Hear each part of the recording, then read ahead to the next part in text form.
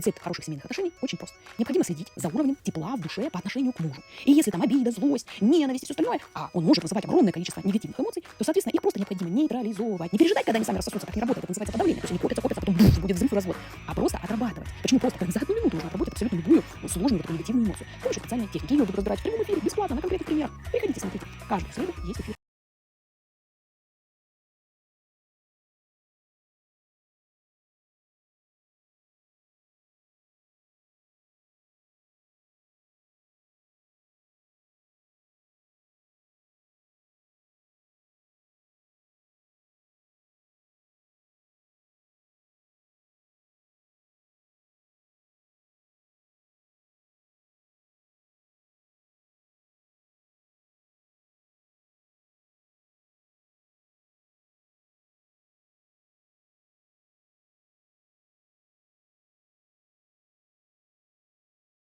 Приходите.